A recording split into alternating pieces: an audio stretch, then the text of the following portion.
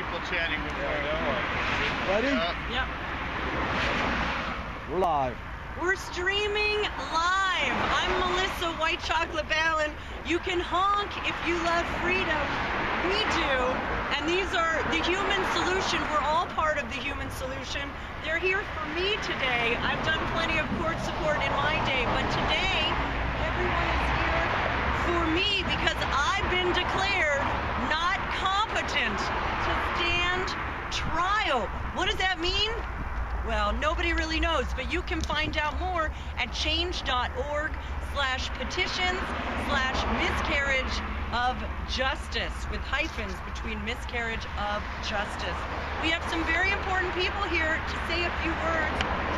We're having a press conference, and you can join us on Facebook, Twitter, Meetup, because we're not the only ones. Here at the Mental Health Court is where people's competency is determined. They're currently silencing protesters and activists under prosecutorial misconduct. So this is a very important issue we want to shine a light on and raise some attention. I'm so appreciative of all of you for your support from all around the world. It's because of you that I'm able to find meaningful ways to stay competent in an incompetent world. And your support and letters from all around the world have helped me stay strong during this incredibly challenging time. Without further ado, I'd like to introduce one of my most important life coaches and my biological mother, Rochelle Ballin, who's going to share with us a prepared statement because this issue doesn't affect just me and my mother, but mothers all around the world, particularly what happens here in Los Angeles is being viewed by Occupy camps all around the world, and we thank you for your time to this important matter. I appreciate my liberty. Stay free. Rochelle Ballin. Thank you. My name is Rochelle Ballin, and I was here at the Mental Court. This is services for mental health at a competency trial for Melissa Ballin on December 20th. What I saw was the most incompetent, frightening situation where they found her incompetent to stand trial. We need to shine a light on this. This is not about Melissa Ballin. This is about me. This is about you. This is about every citizen. We need to do something about this. Under California law, an officer is not lawfully performing her duties when she detains an individual without reasonable suspicion or arrests an individual without probable cause. Nuno versus County of San Bernardino, CD, California, 1999, 58F point SUPP.2D 1127, 1134. The arrest of identified members of the press, Melissa Ballin, was unlawful. Judge Korn told the officers to remove the woman from the courtroom, not to remand the woman into custody. It's so emotional for me. This is so upsetting. Not to remand the woman into custody as it is evidenced in the court transcripts, revised and conflated sheriff reports, and video evidence. Another audience member was remanded into custody by Judge Korn at the same time that Melissa Ballin was asking if she was being arrested, approximately 7.51 minutes into video discovery, making it further clear that the court never found Melissa Ballin's behavior to be contemptuous and that sheriff deputies acted outside of their scope of jurisdiction in a malicious and willful manner so as to falsely detain, kidnap, and imprison a pregnant member of the media rather than allow Ballin to file a formal complaint against them with their supervisor, Sheriff Leroy Baca. The misdemeanor complaint warrant, which was not submitted until November 16, 2011, cites a violation of PC and 166A1, which states A, except as provided in subdivisions B, C, and D, every person guilty of any contempt of court or any of the following kinds is guilty of a misdemeanor. 1. Disorderly, contemptuous, or insolent behavior committed during the sitting of any court of justice in the immediate view and presence of the court and directly tending to interpret its proceedings or to impair the respect due to its authority. According to Massenter 355, SO period 2D 1288, the power to jail for contempt is given on the assumption that will be judiciously and sparingly employed. Due process requires dismissal when the government's conduct is so grossly shocking that it violated that fundamental fairness, shocking to the universal standard of justice mandated by due process clause of the Fifth Amendment.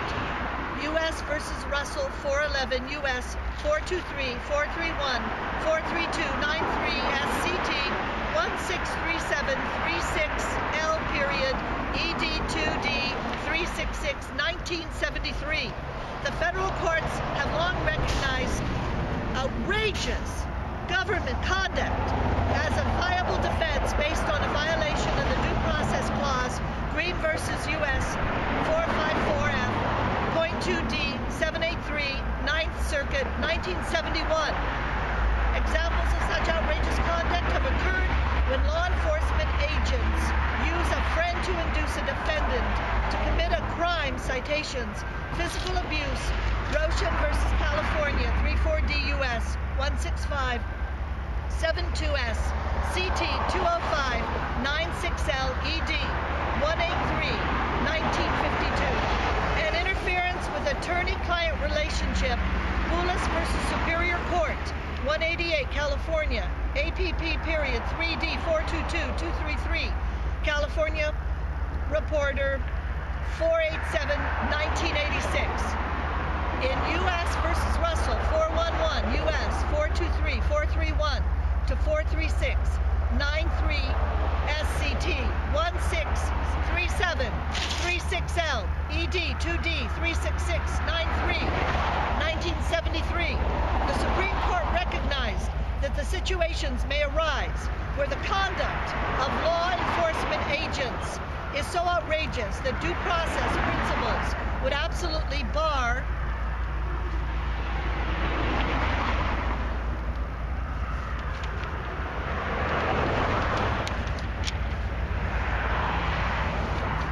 in the light of irreparable damage of the miscarriage of Melissa Ballin's first pregnancy, for which there is no remedy. The petitioner also prays for an immediate investigation into the continuing cruel and unusual punishment of pregnant women currently incarcerated in Los Angeles County, in the hopes of saving the unborn children of Lindgren, who currently have no ability to petition the courts on their own behalf.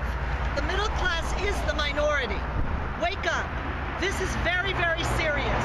We could all be found incompetent by incompetent lawyers. I asked Attorney Tehan, on what grounds do you find her incompetent to stand trial? She's incompetent to stand trial. Would you do this to your mother? Would you do this to your wife? Do you have children? This is so terrible. And I said, you could be disbarred. He is absolutely unbelievable. This is shocking. I am in shock. Please, save your children. Save the next generation. Save yourself. Thank you. Thank you so much. Now this is Joe Grumbine, everybody, the leader of the Human Solution, and he's also been unconstitutionally incarcerated, as you well know. Without any further introduction, the Human Solution, Joe Grumbine. Well, thank you, Melissa. And you know, the Human Solution is a group that is here to support and to educate. And we show up in court support for people that are unjustly charged and are willing to fight for their freedom. And unfortunately, we stay busy. And many times these are cases that are born of the failed drug on or war on drugs, or most of the time these are people that don't have resources to fight. And that's where the education comes in. Most people believe that our justice system works a certain way and that you're given justice, and that's not always the case. In fact, that's most often not the case. And most people don't realize that in America, a free society, that was born of the civil rights movement, was born the blood of our patriots fought against tyranny.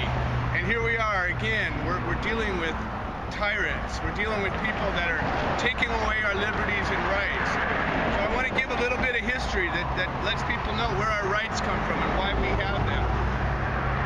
Our nation was born out of a king that was acting in horrible, tyrannical regime over our colonies, and enough people got together and said enough, and we fought them with our blood and we fought them with our families. And when we finally came to it, we said, our nation, we hold these truths to be self-evident. These are the founding fathers, and the truths that were found to be self-evident was that each individual is given certain rights just by being born, just by existing. And these rights include life, liberty, and the pursuit of happiness. And we went on, as our nation grew, to come up with a constitution, to lay these rights out, to enumerate these rights. Okay? And those are our rights that we have. They're inalienable rights. And these are things that a tyrannical regime comes along and tries to take away. Or these rights of life, liberty, and the pursuit of happiness. The founding fathers warned us after they set this country up, and they said, you know what, you got to be watchful. The government's going to get out of control, and every so often you might have to have a little bit of a revolution. And they put up a saying that said the tree of liberty is fed by the blood of tyrants and patriots. And unfortunately, sometimes that's literal. Most of the time it's figurative. And that's what we're doing here. This is patriots coming together to say, wait, enough is enough. Our nation was born out of civil rights. And from the time that we won our independence, we've been fighting. Women got the right to own property, and then they got the right to vote. We abolished slavery. Imagine living in a world where people owned other people. And then blacks got the same rights as everybody else. All of us, gays, started getting rights, and here we are. We're ending a war on drugs that has taken away people's rights. This hasn't stopped from 240 years till now, and that's what we're doing here. There's a common thread through all of this. The change is made when good people come together and realize that a change needs to be made. Everywhere through history, from the Civil War to the Civil Rights Movement to us standing here right now, are good people realizing that there's an injustice. Abraham Lincoln, what I believe is the greatest president of all time in our nation's history, was the greatest civil rights advocate there ever was. And he said that public sentiment, nothing can happen without it, and it can keep anything from happening. And enough good people come together and say, this is not okay. It's not okay to randomly accuse somebody of being incompetent and running them through this system of ours. It's not okay to randomly choose somebody that's following California law and say, you are going to go into the system. I just got out of incarceration for 6 weeks because of a random experience that shouldn't have happened. And now I have the opportunity to fight it because I'm in America. Thank God I'm in America and I'm able to fight it. But it's cost me everything that I've worked for a long time. It's cost families. And my case is not unique. Her case is not unique. Our cases are unfortunately become commonplace. And so this is a call to action. I'm calling upon you to think, to become aware, to learn about these injustices wherever they happen, and get up and stand up for our rights. Come on, show support to somebody who needs it. Come out and hold a protest sign. That's what this is about. So I want to thank everybody that's come out and encourage more people to come and join the fight wherever injustices occur. Thank you very much. Wow, thank you, Joe. Hi, Hey. my name is Kathy Zalmatroni. They call me Kathy Z. I'm a retired pediatric RN. I am a woman of action. I don't believe in a lot of rhetoric, but I do believe in being the change that we want to see in the world. That is what it's all about, people. We have to get out and support each other, whether it's our life resources or our life energy. We have to stand together or our rights will go down. Please stand with me.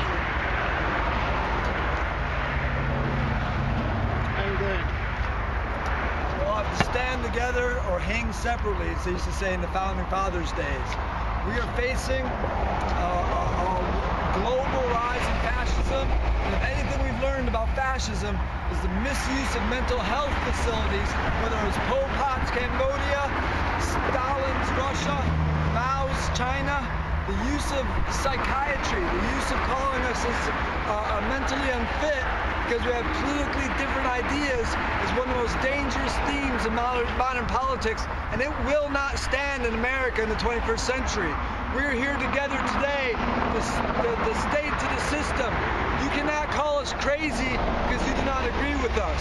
They may think the occupiers are a problem, but we recognize the bigger crimes in society, and you cannot marginalize us by questioning our mental health. We will stand, we will make our case, we will be victorious because we are right, we are sane, and we are the people of America. And I'm honored to be here with such vibrant revolutionaries at this point, and I'm confident that victory is ours. What do we want? Justice! When do we want it? Now! Power to the peaceful.